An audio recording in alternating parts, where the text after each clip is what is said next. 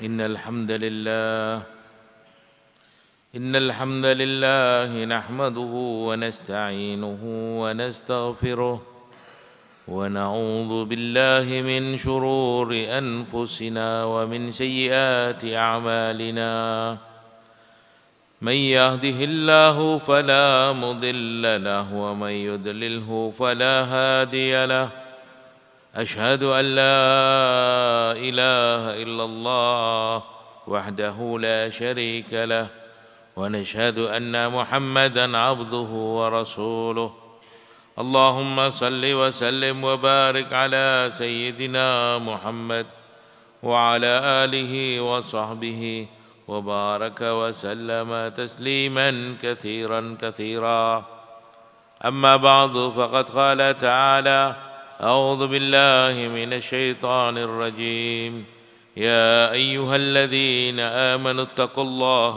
حق تقاته ولا تموتن إلا وأنتم مسلمون وقال النبي صلى الله عليه وسلم من وجد ساعة ولم يحج فليمت إن شاء Yahudiyan atau Nasraniyan atau kama qala alaihi salatu wassalam. Ma'asyiral muslimin wal muslimat rahimakumullah, yang saya hormati dan saya muliakan Bapak Imam, para alim ulama, pengurus masjid, tokoh-tokoh masyarakat, orang tua kami, guru-guru kita semua, hadirin wal hadirat yang insyaallah kita senantiasa dan selalu mengharapkan rahmat dan ridha Allah Subhanahu wa taala. Alhamdulillah, di pagi hari yang mulia dan penuh berkah ini, di tempat yang paling mulia di dunia, yaitu di masjid Allah Subhanahu wa taala, di rumah Allah Subhanahu wa taala, kita dikumpulkan kembali untuk duduk di dalam satu majelis yang mulia, yaitu majelis ta'lim. Insyaallah pengorbanan kita, waktu kita, jerih payah kita, langkah-langkah kita, sabarnya kita diterima oleh Allah Subhanahu wa taala, sehingga menjadi saksi di akhirat nanti bahwa kita ini tergolong orang-orang yang cinta kepada Allah, cinta kepada rumah Allah, dan cinta kepada firman-firman Allah. Bapak Ibu saudara sekalian rahimakumullah, bab yang kita pilih pada pagi hari ini adalah bab haji. Karena alhamdulillah saudara-saudara kita yang menunaikan ibadah haji sudah berdatangan di tanah suci Makkah Mukarramah, Madinah Munawwarah untuk menunaikan manasik hajinya. Mudah-mudahan Allah Subhanahu wa taala terima amal ibadah mereka semua, dan kita-kita yang belum menunaikan haji di tahun ini dimudahkan oleh Allah Subhanahu wa taala untuk mampu menunaikan ibadah mulia dan besar tersebut di tahun-tahun yang akan datang. Amin ya rabbal alamin. Bapak Ibu saudara sekalian rahimakumullah, sebelum kita bicara mengenai haji, sebelum kita bicara mengenai rukun Islam, sebelum kita bicara mengenai ibadah-ibadah yang lain yang Allah perintahkan kepada kita, kita ini harus sadar bahwa hakikatnya Allah Subhanahu wa taala telah membeli diri kita dan harta kita dengan surga. Hakikatnya diri kita ini sudah terjual kalau kita menginginkan surga. Hakikatnya harta kita pun sudah bukan milik kita lagi. Kenapa? Karena sudah kita jual dengan yang maha kaya. Transaksi sudah terjadi, sudah dilakukan. Balasannya apa? Surga. Ma la ainun ra'at, yang tidak pernah dilihat oleh mata manusia, wala udhunun sami'at, tidak pernah didengar oleh telinga manusia, wala khatara ala qalbil bashar, dan tidak bisa dibayangkan indahnya seperti apa, bagusnya macam apa, wanginya bagaimana, panjangnya, lamanya, luasnya. Subhanallah, tidak bisa dibayangkan.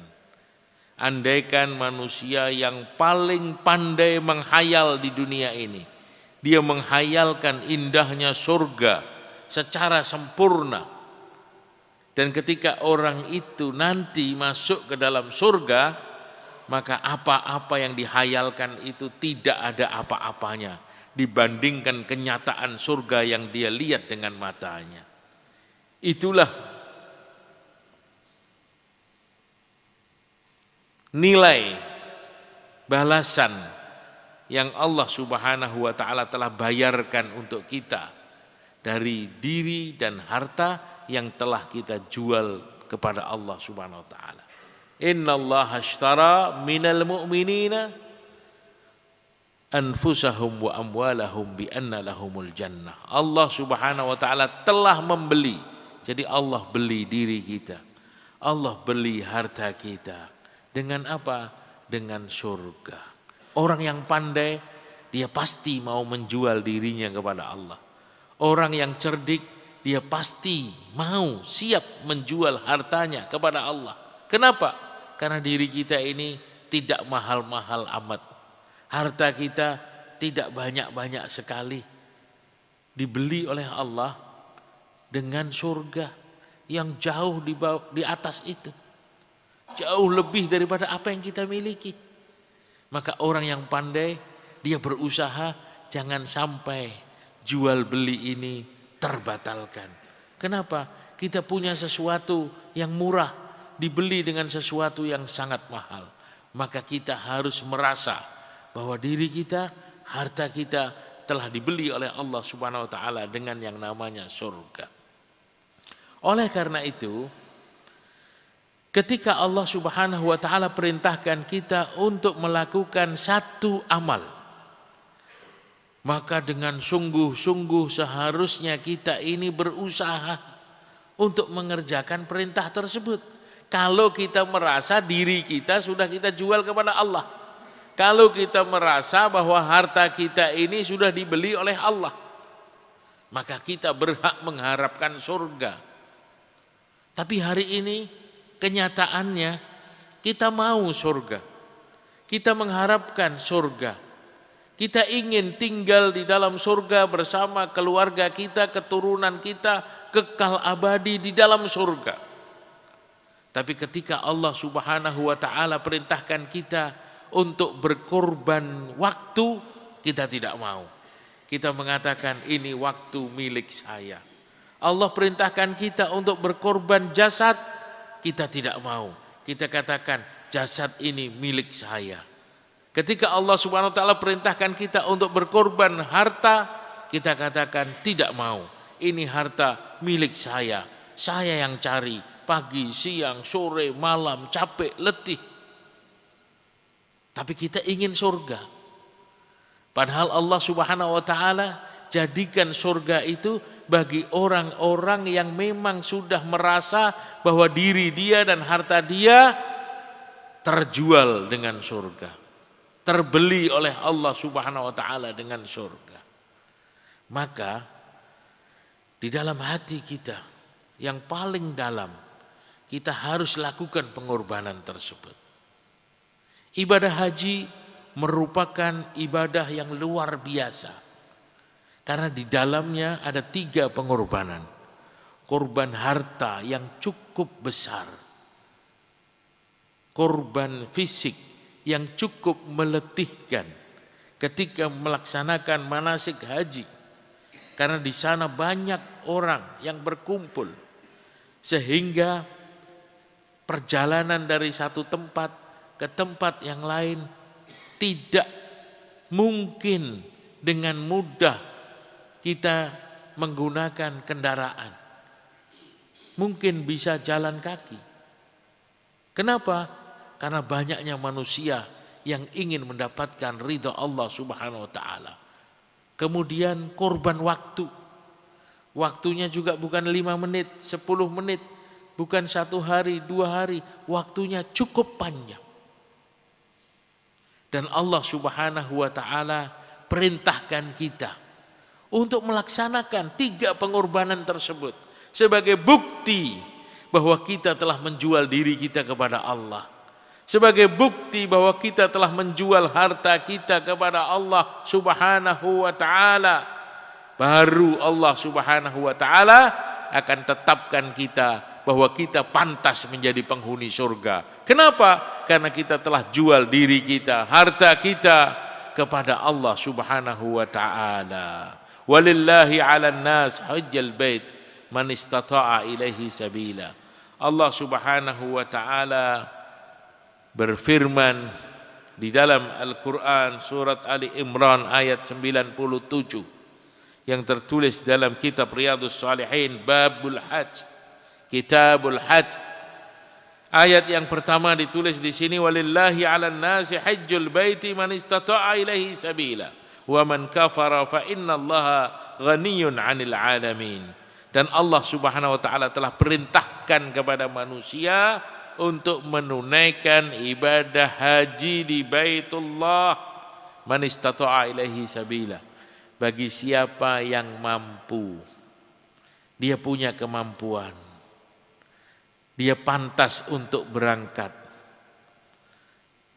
Man wajada zadan aw rahilatan, siapa yang punya bekal dan punya kendaraan, badannya sehat, bekalnya ada, punya kendaraan, tablughuhu baitullah, yang bisa menyampaikan dia ke Baitullah untuk menunaikan ibadah haji.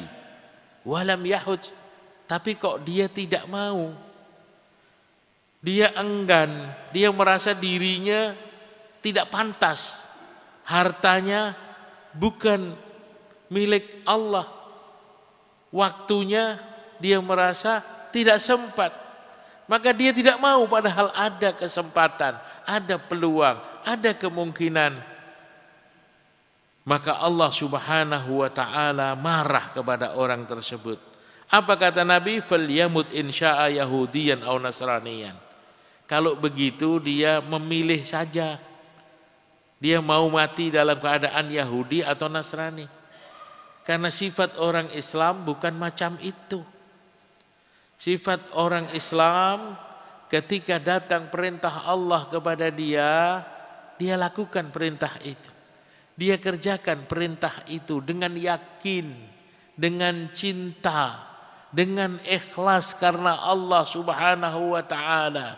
Yakin bahwa Allah Subhanahu wa taala menjadikan perintah itu kemaslahatan untuk kita. Bukan perintah itu sesuatu yang membahayakan kita, tidak. Perintah-perintah Allah yang Allah perintahkan kepada kita, di dalamnya ada obat.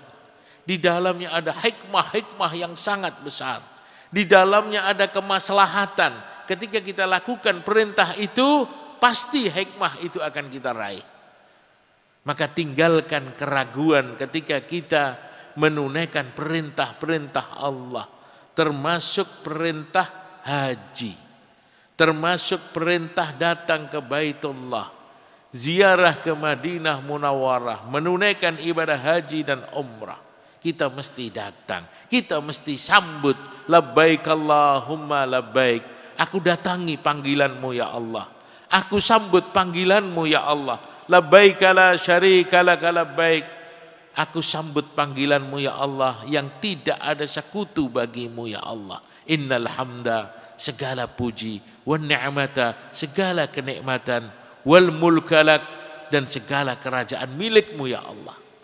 Kita sambut panggilan Allah. Ketika Allah Subhanahu wa taala memanggil kita, niat yang tulus, niat yang ikhlas akan memudahkan kita untuk menunaikan ibadah haji dan umrah. Tahaddus bi nikmatillah, ini sekedar cerita saja. 3 hari yang lalu datang sahabat saya ke pondok. Tiba-tiba dia bercerita bahwa ibunya melaksanakan ibadah haji dan saat ini sudah ada di Mekah. Dia cerita kepada saya bahwa dia ingin menunaikan ibadah haji menemani ibunya. Ingin memberikan kejutan kepada ibunya bahwa tiba-tiba dia ada di samping ibunya untuk menunaikan ibadah haji. 3 hari yang lalu kejadian ini. Sahabat saya tersebut datang ke kantor di Pondok Putri, kemudian bicara kepada saya hal tersebut. Subhanallah, saya berusaha untuk menguruskan keberangkatan dia. Dengan izin Allah, dia datang pagi hari, malam harinya sudah keluar visa hajinya. Dia tidak percaya. Saya pun juga seakan-akan tidak percaya. Kok secepat itu Allah kabulkan doanya, luar biasa. Lalu dia cek visa tersebut asli atau tidak di Kementerian Haji, resmi. Setelah dicek, subhanallah, ternyata visa tersebut asli 100%. Maka insya Allah tanggal 10 ini saudara kita itu berangkat menemani ibunya yang sudah ada di sana.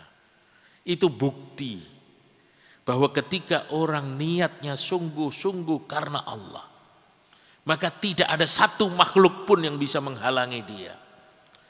Ketika hati dia ikhlas, tawajuh, yakin kepada Allah, bahwa yang memiliki segala-galanya adalah Allah Subhanahu wa ta'ala, maka saat doanya dikabulkan Allah, saat hajatnya ditunaikan oleh Allah, tidak ada satu makhluk pun yang bisa menggagalkan dia. Kekuatan apapun tidak bisa menggagalkan kehendak Allah. Law ijtama'atil ummah bi ayyan fa'uka bi syai'in la yanfa'uka illa bi syai'in qad kataballahu laka. Andaikan seluruh umat ini berkumpul untuk memberikan manfaat kepada kamu, mereka tidak akan mampu memberikan manfaat kecuali apa yang sudah Allah tetapkan datang kepada kamu. Begitu juga andaikan umat ini berkumpul menjadi satu untuk menggagalkan keinginan kamu, memberikan madarat, kecelakaan kepada kamu, tidak akan bisa. Kecuali sesuatu yang memang sudah Allah tetapkan akan datang kepada kamu. Allah Maha Kuasa, makhluk tidak ada kuasa. Dunia sementara, akhirat selama-lamanya. Bapak Ibu Saudara sekalian rahimakumullah, maka kita diperintahkan untuk datang ke sana. Dan kita jangan menganggap sulit, jangan menganggap susah. Karena Allah itu sesuai sangka hambanya. Innallaha inda dhanni abdi bi. Allah sesuai dengan sangka hambanya. Kalau belum apa-apa kita sudah minder, belum apa-apa kita sudah pesimis, bagaimana kita akan berangkat? Kita yakin Allah Subhanahu wa ta'ala mampu memindahkan matahari, bulan, memutarkan planet-planet yang sangat besar di tempatnya masing-masing, di posisinya masing-masing, digerakkan semuanya oleh Allah. Masa berat bagi Allah untuk memindahkan jasad kita yang kecil ini sampai ke Baitullah? Tidak ada yang berat bagi Allah. Tidak ada yang sulit bagi Allah. Maka kita minta kepada Allah, doa kepada Allah dengan yakin. Tulus hati kita minta, yakin atas kebesaran Allah. Maka Allah Subhanahu wa ta'ala pasti akan berangkatkan kita. Tidak ada yang sulit bagi Allah kalau Allah berkehendak untuk berangkatkan kita. Karena kita ini hakikatnya Bapak Ibu Saudara sekalian, hakikatnya kita ini tidak boleh pergi ke sana kemari, ke sana kemari, ke sana kemari, tapi kita belum pernah pergi ke Mekah dan Madinah. Nabi SAW bersabda, la tushaddur rihal illa ala thalatha. Aku tidak menekankan umatku untuk mengadakan rehlah, perjalanan, kecuali ke 3 tempat. Masjidi hada, masjidku ini di Masjid Nabawi, Madinah Munawwarah, wa Masjidil Haram, dan Masjidil Haram di Makkah Mukarramah, wa Masjidil Aqsa, dan ke Masjidil Aqsa. Utamakan kita pergi ke 3 tempat ini. Setelah kita sudah sampai ke 3 tempat tersebut, baru kita berpikir untuk pergi ke tempat-tempat yang lain. Jangan sampai terbalik. Kita pergi ke sana, tahun ini program kita ke situ, tahun depan program kita ke tempat yang lain, tapi tidak ke Makkah, tidak ke Madinah, Bagaimana kita akan diakui sebagai umat Nabi Muhammad SAW, sedangkan apa yang dianjurkan oleh Nabi kita tidak kerjakan. Justru kita mencari tempat-tempat yang lain untuk menghibur diri kita, dan kita tidak merasa terhibur ketika kita berada di Baitullah.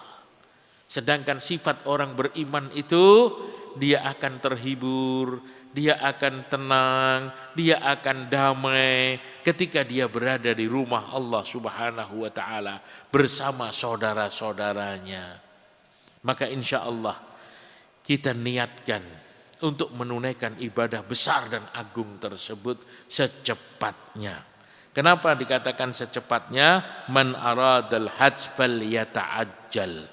Kalau dia niat untuk menunaikan ibadah haji, segera. Jangan ditunda-tunda. Oh, nanti saja, nunggu pensiun. Nanti saja, kalau duitnya sudah banyak sekali. Nanti saja, kalau depositonya sudah lengkap. Nanti saja, kalau anak saya sudah mentas semua. Jangan. Kenapa jangan? Karena bisa jadi harta yang kamu kumpulkan itu hilang seketika. Bisa jadi kesehatan yang saat ini ada bersama kita, nauzubillah min dalik, dicabut oleh Allah. Bahkan bisa jadi nyawa kita pun melayang. Tadi pagi saya menghadiri pemakaman jenazah anaknya teman saya. Subhanallah. Dia meninggal saat berolahraga. Umurnya 28 tahun. Siapa nyangka? Sehat, segar, bugar. Malamnya main badminton, pagi harinya sedang ngangkat barbel di kamar. Tiba-tiba saat itu meninggal. Kena serangan jantung, 28 tahun. Jadi jangan kita yakin bahwa umur kita ini masih panjang. Belum tentu. Bisa jadi. Bisa jadi. Dan bisa jadi. Karena semua itu sudah ditetapkan oleh Allah Subhanahu wa taala. Idza jaa ajaluhum la yastakhiruna sa'ah wa la yastaqdimun. Ketika datang ajal seseorang, dia tidak bisa maju, tidak bisa mundur, tidak nunggu pensiun dulu baru mati. Tidak nunggu sakit dulu baru mati. Tidak nunggu tua dulu baru mati. Maka dikatakan man aradal hajj falyata'ajjal. Siapa yang ingin menunaikan ibadah haji, niat menunaikan ibadah haji, segera dia berangkat. Jangan menunda-nunda. Tunjukkan niat kita benar. Bagaimana menunjukkannya? Kita daftarkan diri kita. Kemudian kita doa kepada Allah yang punya segala-galanya. Yang punya waktu, yang punya harta, yang punya kesehatan, semua di tangan Allah, di genggaman Allah. Kita minta kepada Allah yang punya segala-galanya, yang maha segala-galanya. Maka dengan mudah Allah akan sampaikan kita ke tempat tersebut. Subhanallah. Kenapa kita disuruh menunaikan ibadah haji? Ibadah haji adalah rukun Islam. Buniyal Islam ala khamsin. Syahadatu an la ilaha illallah. Wa iqamis salah, wa ita'iz zakah, wa siyamu ramadan, wa hajjal bait. Dia merupakan rukun Islam. Kalau kita ingin diakui oleh Allah bahwa kita ini orang Islam yang baik, tancapkan niat kita, tanamkan niat kita, dan kita berusaha, berdoa, ikhtiar untuk sampai kepada amalan yang menjadi rukun Islam tersebut. Bapak, Ibu, saudara sekalian rahimakumullah. Ibadah haji itu merupakan ibadah yang pahalanya luar biasa. Kenapa? Karena tadi ibadah haji adalah ibadah yang mengumpulkan 3 pengorbanan. Setiap ibadah yang pengorbanannya lebih besar dilakukan, pahalanya lebih banyak. Seperti sholat subuh. Sholat subuh ini sholat yang pahalanya paling besar dibandingkan sholat 5 waktu yang lain. Kenapa? Karena masih gelap. Karena masih dingin. Karena tanggung, asik-asiknya tidur berselimut dengan istri. kadang-kadang diiringi dengan rintik-rintik hujan. Maka seseorang yang tidak memperdulikan gelapnya malam, dinginnya waktu pagi, rintik-rintik hujan, dia terobos, dia jalan ke masjid, subhanallah, pahala yang luar biasa Allah subhanahu wa ta'ala berikan kepada orang tersebut. Man shallal fajri fi jama'atin faka'annama shalla laila kullah. Siapa yang sholat subuh berjamaah seakan-akan dia sholat sepanjang malam. Siapa yang kuat sholat sepanjang malam? Siapa yang kuat sholat sepanjang malam? Tapi dengan kita sholat subuh berjamaah, kita dianggap sholat sepanjang malam. Man shallal fajri fi jama'atin fahuwa fi dhimmatillah. Siapa yang sholat subuh berjamaah, maka pada hari itu dia di bawah penjagaan Allah, pengawasan Allah, pembelaan Allah subhanahu wa ta'ala. Maka dia lakukan aktivitas dengan yakin, dengan tegar. Kenapa? Karena dia yakin dia dijaga oleh Allah subhanahu wa ta'ala. Tapi orang yang lambat, orang yang kecolongan subuhnya, matanya, telinganya dikencingi oleh setan, maka hendaklah berhati-hati pada hari itu. Kenapa? Karena dia tidak di bawah penjagaan Allah subhanahu wa ta'ala. Maka setiap amal as-sawab biqadri ta'ab, banyaknya pahala tergantung banyaknya keletihan, tergantung banyaknya mujahadah kita. Jangankan sholat subuhnya, rakaatil fajri khairum minad dunya wa ma fiha, 2 rakaat sebelum subuh yang kita lakukan tadi, itu nilainya lebih baik daripada dunia dan seisinya. Fa kaifa idzan bi sholati subuh. Lalu bagaimana dengan sholat subuhnya? Memang tidak bisa digambarkan. Kenapa? Karena ada unsur mujahadahnya. Itu sholat subuh. Bagaimana dengan haji? Bagaimana dengan haji? Dia melepaskan pakaiannya. Dia berada di padang Arafah di tengah-tengah terik panas matahari. Dia wukuf. Kemudian dia bergeser ke Muzdalifah untuk mabit di Muzdalifah. Kemudian dia melontar jumrah di Mina. Kemudian dia rampungkan manasik hajinya dengan tawaf ifadah. Subhanallah, bagaimana cintanya Allah kepada dia. Sehingga orang yang menunaikan ibadah haji dan hajinya diterima oleh Allah, tidak dicampur dengan rafas dan fusuk, ketika dia kembali bersih dari dosa, seakan-akan dia bayi yang baru dilahirkan dari perut ibunya. Seakan-akan dia seperti bayi yang baru dilahirkan oleh ibunya. Man hajjal baita walam yarfus walam yafsuk raja'a ka yaumin waladathu ummuhu. Siapa yang menunaikan ibadah haji, dia tidak berbuat rafas, dia tidak berbuat fusuk, ketika dia kembali selesai menunaikan ibadah haji, ka yaumin waladathu ummuhu, seperti di hari kelahirannya, bersih daripada segala dosa, tidak ada dosa sama sekali.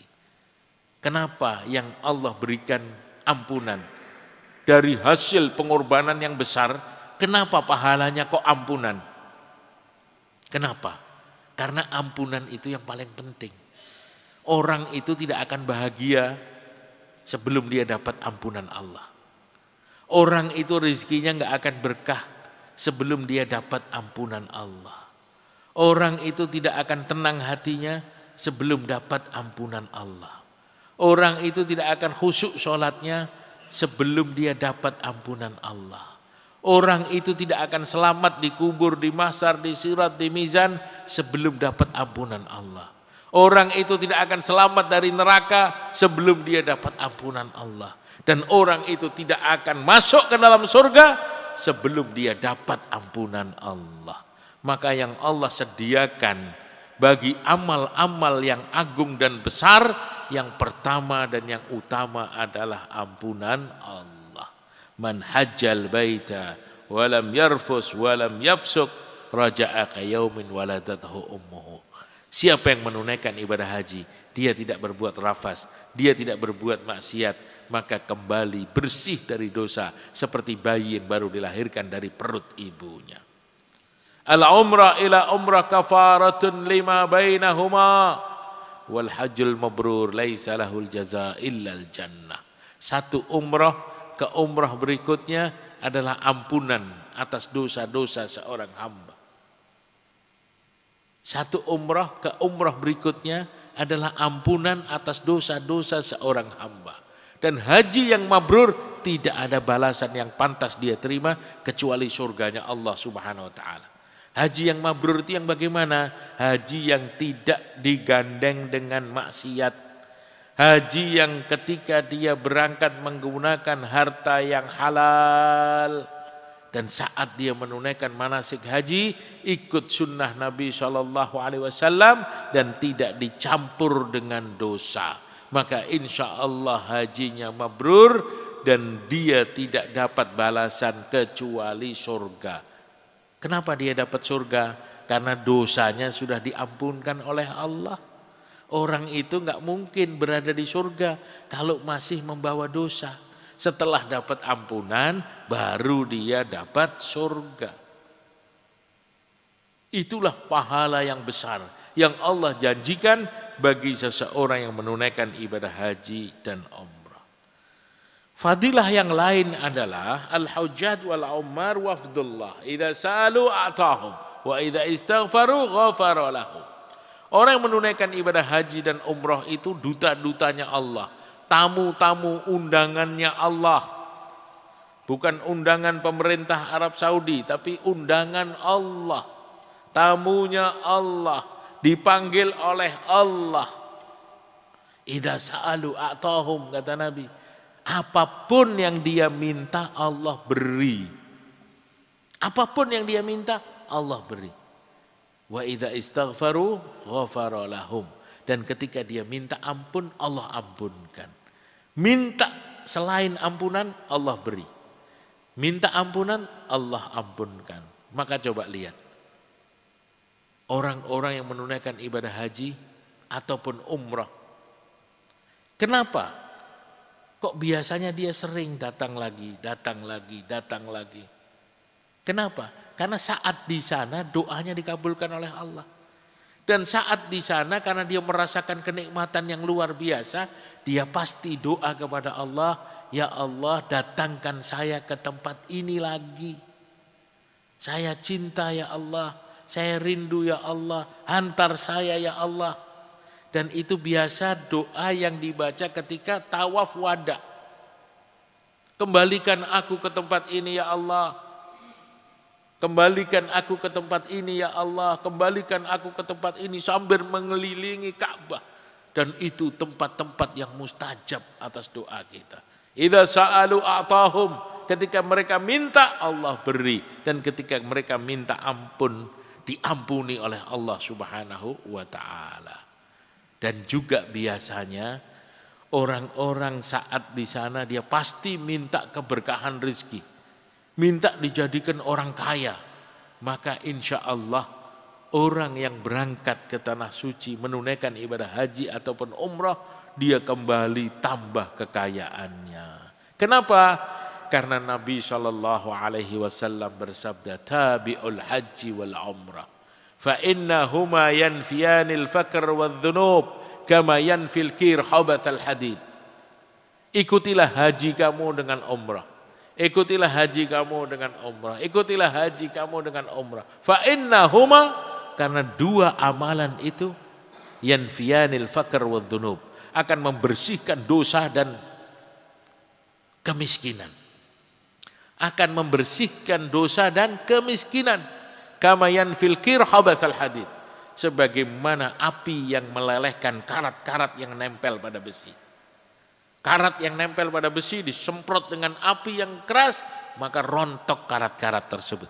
Begitulah haji dan umrah akan membersihkan dosa dan kemiskinan. Ini janji Nabi SAW. Maka kita jangan salah sangka uang yang kita belanjakan untuk haji, uang yang kita belanjakan untuk umrah, kita anggap hilang begitu saja dan akan merugikan kita. Tidak. Orang yang menunaikan ibadah haji dan umrah dengan ikhlas karena Allah, maka dia tidak akan pernah miskin.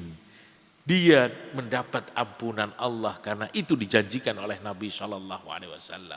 Tapi jangan kita memaksakan diri dengan melakukan maksiat karena kita ingin dipanggil Pak Haji, karena kita ingin punya embel-embel di depan nama kita huruf H, sehingga kita tabrak sana, tabrak sini, memaksakan diri untuk mendapatkan pangkat tersebut walaupun kita menempuh jalan yang salah dan haram. Tidak. Maka Allah katakan man istata'a ilaihi sabila. Siapa yang mampu? Siapa yang mampu? Mampu mendapatkan harta dengan cara yang halal. Itu baru dikatakan mampu. Mampu karena dia punya harta yang halal untuk membawa dia ke Baitullah. Masya Allah. Maka insya Allah Allah subhanahu wa ta'ala curahkan kita rizki yang halal sehingga dimudahkan kita untuk datang ke Baitullah. Amin ya rabbal alamin. Jihadul kabir wal dhaif wal mar'ah al hajj wal umrah. Haji dan umrah itu juga disejajarkan oleh Nabi dengan jihad fi sabilillah. Jihad fi sabilillah ini luar biasa. Pengorbanan nyawa, pengorbanan harta, pengorbanan segala-galanya. Bagi wanita, bagi orang tua, dan bagi orang lemah, jihadnya adalah haji dan umrah. Jihadul kabir wal dhaif wal mar'ah al hajj wal umrah. Jihadnya orang tua, wanita, dan orang lemah adalah haji dan umrah. Masya Allah.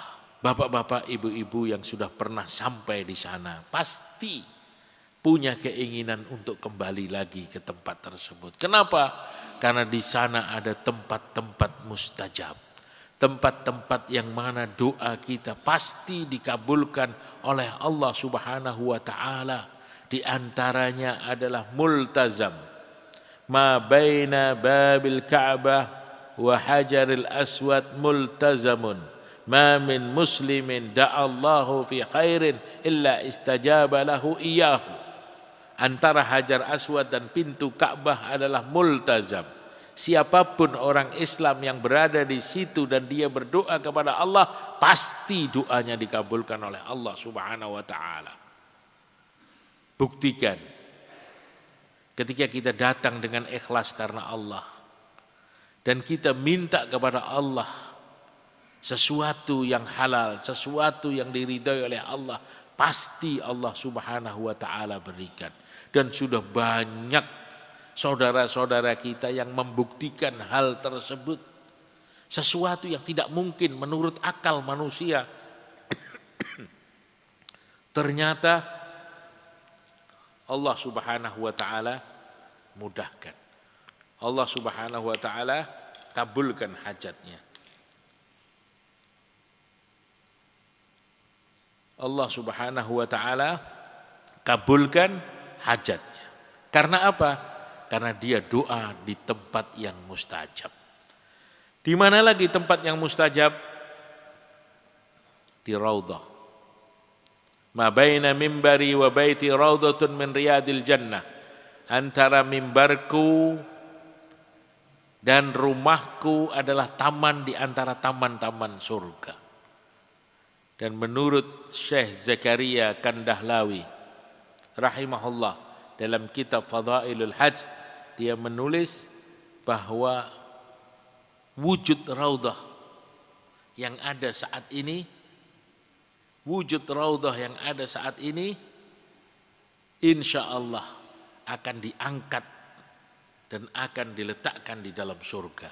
Karena Nabi SAW mengatakan dalam sabdanya, ma baina mimbari wa baiti raudhatun min riyadil jannah. Antara mimbarku dan rumahku adalah taman di antara taman-taman surga. Nabi mengatakan itu salah satu daripada taman di antara taman-taman surga. Maka siapa yang datang di tempat tersebut berdoa kepada Allah, insya Allah Allah Subhanahu wa ta'ala akan kabulkan doanya. dan yang lebih dahsyat lagi. Dan yang paling dahsyat adalah ketika jamaah haji berkumpul di Padang Arafah pada tanggal 9 Dzulhijjah. Dari waktu duha sampai tenggelam matahari. Itulah waktu yang sangat dahsyat. Itulah waktu yang sangat sakral. Waktu yang mana Allah Subhanahu wa taala turun. Wa inna rabbahum layadnu ilaihim, dan sesungguhnya Rabb kita, Rabb kalian mendekati mereka, mendatangi mereka. Wa yubahi bikumul malaikah, dan Allah banggakan mereka di kalangan malaikat. Allah banggakan melihat jutaan manusia berkumpul di padang Arafah. Allah banggakan di depan malaikat, wahai malaikat, saksikan hamba-hambaku yang dulu ketika aku ingin menciptakan manusia, kau mengatakan, ataj'alu fiha may yufsidu fiha wa yasfikud dima wa nahnu nusabbihu bihamdika wa nuqaddisu lak. Ketika aku ingin ciptakan manusia, kau katakan wahai malaikat, ya Allah, buat apa diciptakan manusia? Manusia ini hanya buat pertengkaran dan pertumpahan darah. Wa nahnu nusabbihu bihamdika wa nuqaddisu lak. Sedangkan aku selalu bertasbih kepadamu dan selalu mensucikanmu ya Allah. Ternyata sangkaan malaikat itu salah. Ternyata sangkaan malaikat itu tidak semuanya manusia buat kerusakan. Ada di antara hamba-hamba Allah yang pada saat itu berkumpul dengan ikhlas, melepaskan pangkat jabatannya, melepaskan pakaian kebanggaannya, dan mereka menggunakan 2 helai kain, izar warrida, sarung dan selendang yang berwarna putih, berada di padang Arafah. Untuk apa? Untuk minta ampun kepada Allah, untuk minta maaf kepada Allah. Bismillah. Wa inna rabbahum layadnu ilaihim, dan sesungguhnya Allah datang menghampiri mereka. Wa yubahi bikumul malaikah, dan Allah banggakan mereka di depan malaikat. Wa qala madza arada haula, dan Allah Subhanahu wa taala katakan apa yang mereka mau, apa yang mereka minta. Apa yang mereka minta, apa yang mereka mau, ditantang oleh Allah. Ditantang oleh Allah, apa yang mereka minta? Minta kepada aku. Apa yang mereka mau? Berdoa kepada aku. Dan Allah berjanji pasti mengabulkan orang-orang yang ada di tempat tersebut di tanggal 9 Dzulhijjah di Padang Arafah. Subhanallah. Itulah keutamaan yang sangat besar. Begitu juga di Mina, di Muzdalifah, di Safa, di Marwah, di Jamarat, tempat melontar jumrah. Itulah tempat-tempat yang mana doa seorang hamba dikabulkan. Maka ibadah haji merupakan ibadah yang sangat besar, ibadah yang sangat agung. Rugi ketika di usia kita, di umur kita, kita belum sampai ke tempat tersebut. Maka kita harus berdoa, berusaha semaksimal mungkin untuk mendapatkan ampunan Allah, mendapatkan istijabah doa, mendapatkan ridha Allah dengan menunaikan ibadah haji dan umrah. Terakhir Bapak Ibu Saudara sekalian adalah hikmah. Apa hikmah daripada ibadah haji dan umrah? Ibadah haji dan umrah memiliki hikmah yang sangat besar. Di antaranya Allah Subhanahu wa taala mengajarkan kita bahwa manusia ini fakir dan miskin. Allah yang maha kaya. Ya ayyuhan nas antumul fuqara ilallah. Wahai sekalian manusia, kita semua membutuhkan Allah. Kita melepaskan pangkat jabatan kita dan kita duduk di tempat tersebut.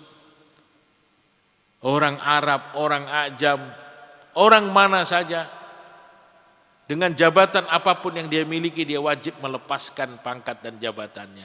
Inna akramakum indallahi atqakum. Sesungguhnya manusia yang paling mulia di sisi Allah adalah orang yang bertakwa. Saat itu semua orang melantunkan talbiyah. Labbaik Allahumma labbaik. Aku datangi panggilanmu ya Allah. Labbaik la syarika lak labbaik. Innal hamda, segala puji hanya milikmu. Segala nikmat hanya milikmu. Segala kerajaan hanya milikmu. Semua manusia mengaku bahwa mereka miskin. Semua mereka mengaku bahwa mereka lemah, tidak bisa apa-apa. Lepaskan kesombongan-kesombongan, karena hakikatnya kamu dari tanah dan akan kembali ke tanah. Hikmah yang kedua, pada saat haji wada, Nabi SAW berhaji dengan para sahabatnya. Maka saat itu turun ayat al-yawma akmaltu lakum dinakum wa atmamtu alaikum ni'mati wa raditu lakumul islam madina. Kesempurnaan agama disempurnakan oleh Allah Subhanahu wa taala pada hari itu. Sehingga pada saat itu Nabi kumpulkan seluruh sahabatnya, Nabi sampaikan khutbah yang panjang. Setelah itu Nabi SAW katakan, falyuballigh minkum syahid alal ghaib. Allahumma syahad, ya Allah saksikan. Ya Allah saksikan. Kenapa Nabi minta kesaksian dari Allah? Setelah Nabi sampaikan khutbahnya yang panjang, Nabi tanya kepada para sahabatnya pada saat itu, hal ballagtu risalati, wahai sahabat-sahabatku, apakah aku Muhammad ini telah menyampaikan risalah Islam kepada kamu semua? Maka semua sahabat serentak mengatakan, qalu bala syahidna. Bala ya Rasulullah, benar ya Rasulullah, qad ballagta risalah. Engkau telah sampaikan risalah, wa addaital amanah, dan engkau telah tunaikan amanat, wa nasahtal ummah, dan engkau telah menasihati umat ini dengan nasihat-nasihat yang baik. Maka Nabi langsung perintahkan pada saat itu, falyuballigh minkum syahid alal ghaib. Hendaklah kamu yang hadir pada saat ini menyampaikan kepada orang-orang yang belum hadir. Artinya estafet kenabian ada di pundak kita sebagai umat Nabi Muhammad SAW. Kita lihat sahabat Nabi jumlahnya berapa, yang makamnya ada di Mekah dan di Madinah berapa, terus yang lainnya kemana, dimakamkan di mana? Bertebaran di seluruh dunia. Untuk apa? Untuk menyampaikan amanah Nabi SAW, untuk menyampaikan risalah Islam, sehingga hari ini kita pun menjadi orang Islam. Itu bukan dibawa oleh angin, bukan dibawa oleh burung, bukan dibawa oleh makhluk yang lain, tapi risalah Islam dibawa oleh nama-nama yang mulia, orang-orang yang hebat, yang menerima amanah Nabi SAW untuk melanjutkan risalah kenabian, yaitu sahabat radhiyallahu anhum ajma'in. Dan kita yang menjadi umat Nabi Muhammad SAW juga punya tugas dan tanggung jawab yang sama untuk menyampaikan amanah Nabi kepada saudara-saudara kita yang lain. Dan masih banyak lagi hikmah daripada ibadah haji, dan insya Allah ketika kita sampai di sana nanti, Allah Subhanahu wa taala akan berikan hikmah-hikmah besar tersebut kepada kita semua. Maka kita niatkan sama-sama untuk bisa secepatnya kita sampai ke tanah suci Makkah Mukarramah, Madinah Munawwarah, dan ke Masjidil Aqsa. Bismillah. Insya Allah sebelum kita tutup dengan doa, mungkin ada yang mau ditanyakan, kami persilahkan. Bismillah. Bismillah.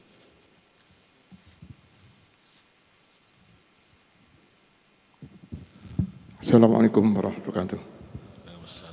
Tadi dalam penjelasan Ustaz sebutkan bahwa antara umroh dengan umroh akan diampuni dosanya. Ya, kami tanyakan, ini seakan-akan mengisyaratkan bahwa naik haji itu lebih bagus, lebih dari sekali lebih baik.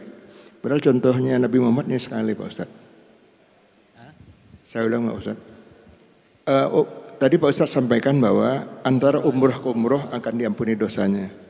Seakan-akan mengisyaratkan bahwa haji lebih dari sekali akan lebih jauh lebih bagus. Padahal Nabi Muhammad sendiri mencontohkannya sekali. Itu pertama. Kedua, bahwa haji mabrur balasannya ada surga. Terima kasih mohon penjelasan. Assalamualaikum. Itu yang saya sampaikan tadi. Jadi ketika orang itu berada di sana, pasti dia berdoa. Ya Raddad, radditni ila baitikal atiq karratan marratan. Wahai yang membalik-balikkan manusia, wahai yang mengembalikan manusia, kembalikan saya ke tempat ini berkali-kali dengan kemudahan. Itu dibaca oleh seseorang ketika dia tawaf wada. Dia minta kepada Allah supaya Allah kembalikan dia ke tempat itu. Maka hakikatnya kalau dia kembali, Allah yang mengembalikan dia. Allah yang mendatangkan dia. Kenapa? Karena di situ doanya mustajab. Ketika Allah Subhanahu wa taala sudah datangkan dia ke sana, maka tidak ada satu makhluk pun yang bisa menghalangi dia. Sehingga kita lihat banyak saudara-saudara kita yang subhanallah berkali-kali dia ke sana. Ya. Apalagi sekarang sudah dimudahkan. Visa haji mudah, tiket juga mudah, ya. Banyak yang dengan mudah bisa datang ke tempat tersebut. Jadi bagaimana hukumnya ketika kita kembali lagi, sedangkan Nabi menunaikan haji cuma 1 kali, kok kita berkali-kali? Hakikatnya yang memberangkatkan kita adalah Allah. Yang mendatangkan kita adalah Allah. Asalkan bukan untuk kesombongan, insya Allah tidak ada masalah. Yang tidak boleh kalau salah niat. Salah niat ini bahaya. Pengorbanannya besar, bisa nggak dapat apa-apa. Kenapa? Karena niatnya salah. Innallaha la yaqbalu amalan illa man kana khalisan wabtughiya bihi wajhu. Allah tidak terima amalan kecuali amalan itu dilakukan dengan ikhlas dan hanya mencari ridha Allah. Kalau dia tidak ikhlas, dia tidak mendapatkan apa-apa. Maka bahaya amalan yang tidak ikhlas. Tapi kalau dia ikhlas karena Allah, Allah Subhanahu wa taala akan berikan pahala yang sangat besar. Al-umrah ila umrah kafaratun. Umrah ke umrah berikutnya. Nah, itu adalah ampunan. Inilah dalil yang dijadikan oleh ulama sandaran bahwa ketika kita datang ke Makkah Mukarramah di satu waktu kita bisa umroh berkali-kali. Jadi ulama berbeda pendapat. Ada yang mengatakan kalau kita datang untuk ibadah umroh ya sudah 1 kali saja umrohnya. Tapi dengan dalil tadi al-umrah ila umrah kafaratun bainahuma. Satu umrah ke umrah berikutnya adalah ampunan atas dosa-dosa seorang hamba. Maka sebagian ulama membolehkan kita sekali datang umrah berkali-kali dengan dasar dalil tersebut. Ada lagi?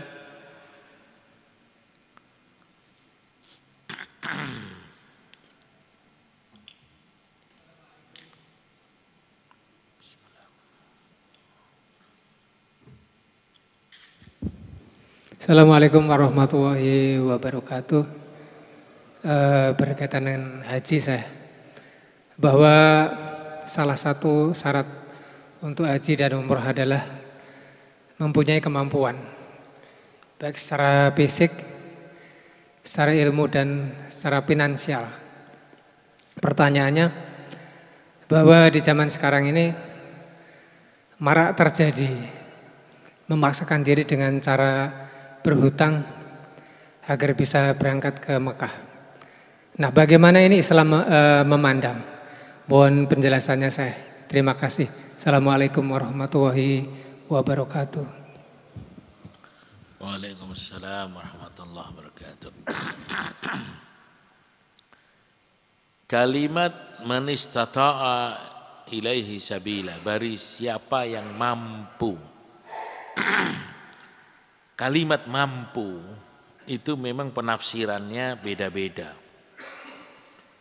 ada orang yang menafsirkan sendiri kalimat itu dan dia mengatakan saya ini dianggap mampu kalau saya sudah punya rumah besar di kota wisata yang harganya 11 miliar.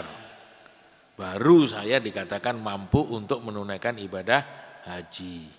Tapi kalau rumah saya masih 3 miliar, sepertinya saya belum dianggap mampu. Ya, jadi kategori mampu itu tafsirannya beda-beda. Yang tidak boleh itu ketika kita ini menunaikan ibadah haji dengan cara hutang menimbulkan madarat. Karena hutang itu kan bukan hanya hutang, harus dibayar. Kalau tidak bayar kan bahaya. Mayit itu akan terhalang ketika hutangnya belum dibayar. Dan orang yang hutang itu kan pasti malu. Jadi sebetulnya bukan dengan cara hutang, tapi cara berusaha, berikhtiar. Hidupnya jangan terlalu foya-foya, jangan pamer, jangan hura-hura. Al-basatah fil hayat, hidup dengan sewajarnya, biasa-biasa saja. Tidak mubazir, ya, nikahin anak sampai 300 juta. Apa itu syarat nikah? La nikaha illa biwali wa syahidai adlin. Tidak ada nikah kecuali dengan wali dan 2 saksi yang adil. Kata Nabi, aulim walau bisyad. Buatlah walimah untuk pernikahanmu walaupun dengan seekor kambing. Tapi dia habis sampai 300 juta. Terus mengatakan, saya belum mampu haji.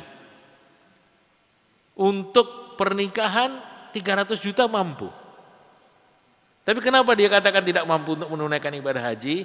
Ini adalah ketidakmampuan yang dibikin-bikin oleh dia sendiri. Jadi kita yang harus paham, malu kepada Allah. Kita yang harusnya malu kepada Allah. Kita mau surga, kita merasa diri kita, harta kita sudah dibeli oleh Allah. Dulu ketika saya punya anak pertama, saya bertanya kepada guru saya, guru, Syekh, orang seperti saya ini wajib nggak akikah? Atau perlu akikah?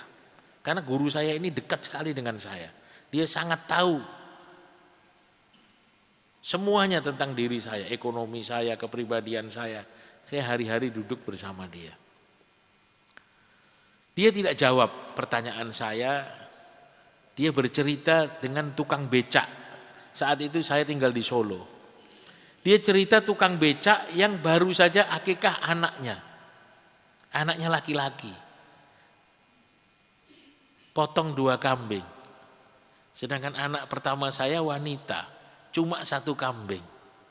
Dia tidak jawab pertanyaan saya, dia cerita tukang becak yang baru saja mengakikahi anaknya dengan 2 kambing. Maka itu jawaban besar bagi saya.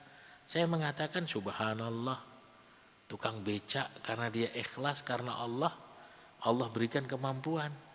Nah, maka saya pun berusaha dan akhirnya Allah berikan kemampuan. Maka untuk urusan agama harus yakin. Untuk melaksanakan perintah Allah harus yakin. Karena Allah tidak pernah menzolimi hambanya. Allah tidak pernah menzolimi kita. Tidak ada satu perintah Allah yang akan membuat kita susah, yang akan membuat kita miskin, itu sebetulnya tidak ada. Coba lihat perintah Allah mengenai sholat di dalam Al-Quran. Setelah Allah bicara sholat, Allah bicara rizki.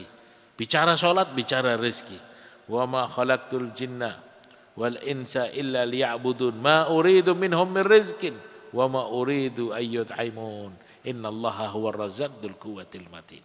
Jadi insya Allah kalau kita yakin dan kita percaya diri, kita akan dimudahkan oleh Allah untuk menunaikan ibadah besar tersebut. Yang penting jangan kita hutang-hutang sehingga membuat madarat atas kehidupan kita. Lalu caranya bagaimana? buat kehidupan yang simpel. Jangan hura-hura, jangan foya-foya, hidup yang wajar saja dan uangnya digunakan untuk tabungan menunaikan ibadah haji. Itu cara yang bagus insya Allah. Cukup insya Allah? Atau ada lagi? Oh, itu ada lagi, ini ada lagi, ada dua. Ya, boleh. Bapak dulu yang dulu. Ya.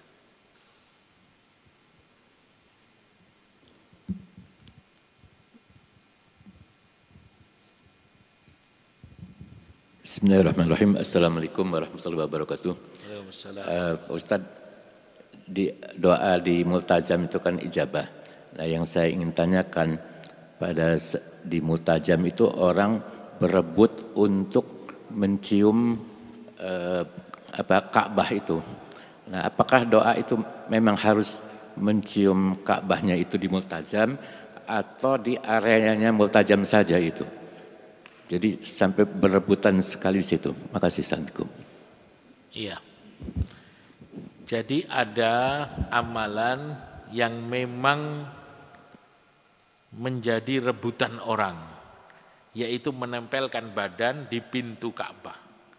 Ya, itu amalan yang menjadi rebutan orang. Namun ketika kita melihat kondisi seperti itu, jangan kita memaksakan diri. Karena terjadi madarat, mencelakakan diri juga tidak boleh. Jadi kita harus paham kondisi kita ini seperti apa. Usia kita sudah berapa. Fisik kita dalam keadaan bagaimana. Kita harus mampu mengukur diri kita. Insya Allah, Allah Maha mendengar. Seperti sholat di belakang makam Ibrahim. Fi kulli sab'ati aswat rak'atain khalfal maqam. Itu sunnahnya. Setiap kita mengelilingi 7 putaran Ka'bah melakukan tawaf, kita dianjurkan sholat 2 rakaat di belakang makam Ibrahim. Aturannya begitu, tetapi kan tidak mungkin kalau semua orang sholat di makam Ibrahim. Maka keluarlah fatwa, sholat di mana saja, sholat sunnah tawaf diperbolehkan dan sah. Kenapa? Karena memang tidak mungkin semuanya numpuk di makam Ibrahim. Begitu. Ya. Nah, begitu juga kalau kita ingin ke multazam. Kalau kita bisa memegang pintu Ka'bah, itu bagus. Itu bagus. Dan itu memang menjadi rebutan orang. Tetapi ketika kita tidak mampu, bawalah diri kita di dekat pintu Ka'bah tersebut. Biasanya itu tempat memang agak kosong. Kenapa tempat itu agak kosong? Karena putaran tawaf itu tidak melewati tempat itu. Putaran tawaf itu tidak melewati tempat tersebut. Nah, biasanya pas di depan pintu Ka'bah itu, kalau kita mau berdiri berdoa itu bisa. Ya, bahkan ada orang yang sholat di situ. Tapi sebaiknya jangan terlalu nekat seperti itu. Kita doa di situ dan itu adalah tempat yang insya Allah mustajab, dikabulkan oleh Allah Subhanahu Wa Taala. Antara Hajar Aswad dan pintu Ka'bah, insya Allah. Kalau di situ juga tidak bisa, kita cari tempat di belakangnya. Tapi kita posisi di depan kita itu pas multazam. Sambil kita pandang, termasuk memandang sesuatu yang berpahala itu memandang Ka'bah. Ya, inna lillahi fi kulli yaumin wa lailatin tunzalu li hadzal bait 120 rahmatan. Sesungguhnya Allah Subhanahu wa taala setiap hari, setiap malam menurunkan 120 rahmat untuk Baitullah, untuk Ka'bah. Situna lit ta'ifin, 60 rahmat buat orang yang tawaf mengelilingi Ka'bah. Wa arba'una lil musallin, dan 40 rahmat buat orang yang sholat di sekitar Ka'bah. Wa isyruna lin nadirin, dan 20 rahmat untuk orang yang hanya melihat Ka'bah. Melihat Ka'bah saja dapat pahala. Melihat Ka'bah dapat pahala. Allahumma zid hadzal baita ta'dhiman wa tasyrifan wa takriman wa mahabatan wa birran. Ya Allah, tambahkan untuk rumahmu ini ya Allah kehebatan, kemuliaan dan keagungan. Wazid, dan tambahkanlah mimman hajjahu wa tamarahu ta'dhiman wa tasyrifan wa mahabatan wa birran, dan tambahkan bagi orang-orang yang datang ke rumahmu ini ya Allah saat menunaikan haji dan umrah kehebatan, kemuliaan dan kewibawaan. Jadi kita berdoa untuk Ka'bah dan berdoa untuk orang-orang yang datang menunaikan ibadah haji dan umrah. Boleh satu lagi Bapak, kemudian kita tutup ya.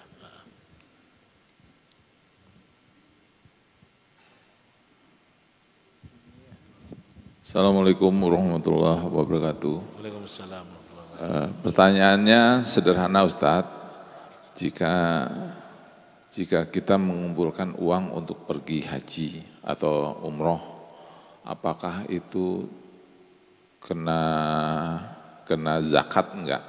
Sebab saya bandingkan dengan orang-orang yang miskin itu yang setiap hari ngumpulin, kalau lihat di TV itu 10.000 sampai berapa tahun dia baru bisa berangkat haji. Nah dalam perjalanan ngumpulin uang ini, apakah uang itu kena zakat enggak? Nanti saya bandingkan dengan orang yang ngumpulin emas. Nah emas itu kena zakat enggak kalau kita rencananya untuk pergi haji? Sekian, terima kasih. Iya, yang namanya zakat itu ada haul dan ada nisabnya, ya. Ada haul dan ada nisabnya. Jumlahnya sudah ditentukan dan waktunya juga sudah ditentukan. Kalau seseorang itu belum mampu menunaikan ibadah haji dan dia mengumpulkan hartanya sedikit, ya, karena dia apa? Karena dia merasa belum mampu. Dia tidak punya uang dengan jumlah yang besar untuk bisa memberangkatkan dia. Nah, makanya uang tabungan itu jangan kita kumpulkan di tempat kita. Jadi ini uang untuk berangkat haji, kita kumpulkan di tempat yang lain. Jadi uang itu tidak ada bersama kita. Sehingga niat kita untuk menunaikan ibadah besar tersebut betul-betul dianggap serius oleh Allah Subhanahu wa taala. Karena apa? Karena kita sudah niatkan, saya niatkan untuk ibadah haji. Jadi dia sudah bukan menjadi milik kita. Sudah kita niatkan, jangan kita gandoli. Ya. Nah, yang kena zakat itu harta simpanan. Ya, harta simpanan. Lah ini kan uang sudah kita niatkan untuk keberangkatan kita, taruh di satu tempat tertentu. Jadi dia sudah tidak masuk hitungan harta simpanan kita karena kita sudah niat, innamal a'malu binniyat. Sesungguhnya amalan itu tergantung niatnya. Dan kita serius di dalam niat itu, ya. Seriusnya bagaimana? Ketika kita punya keperluan mubah, jangan kita ambil, ya. Kalau uang itu bersama kita, nah, ketika kita ada keperluan lain yang tidak terlalu urgent, kita pakai duitnya, akhirnya batal lagi. Nanti ngumpulin lagi dari awal. Ini namanya main-main dalam niat. Makanya saran saya, uang yang betul-betul sudah kita niatkan untuk ibadah haji itu sudah diletakkan di tempat lain dan jangan kita anggap itu milik kita. Kita lepas dari kita. Jadi dia tidak termasuk harta simpanan dan tidak kena kewajiban untuk membayar zakat. Asalkan betul-betul dia sudah terpisah dari kita. Wallahu a'lam bishawab. Ya, pokoknya ceritanya harta yang sudah kita lepaskan, kita niatkan untuk ibadah haji dan itu bukan menjadi harta simpanan kita, insya Allah itu tidak termasuk daripada harta milik kita karena kita sudah lepaskan dari kita. Harta yang kita niatkan untuk pergi haji, seperti itu. Insya Allah. A'udzu billahi minasyaitonir rajim. Bismillahirrahmanirrahim. Alhamdulillahi rabbil alamin. Allahumma shalli ala sayyidina Muhammad wa ala ali sayyidina Muhammad. Ya awwalal awwalin, ya akhiral akhirin, ya dzal quwwatil matin. Ya rahimat du'afa wal masakin. Zalamna anfusana wa illam taghfir lana wa tarhamna lanakunanna minal khasirin. Rabbi ighfir warham wa tajawaz amma ta'lam innaka anta azzul akram. Allahumma innaka afuwun karim. Allahumma innaka afuwun karim. Tuhibbul afwa fa'fu anna ya karim. Allahumma innaka afuwun karim. Tuhibbul afwa fa'fu anna ya karim.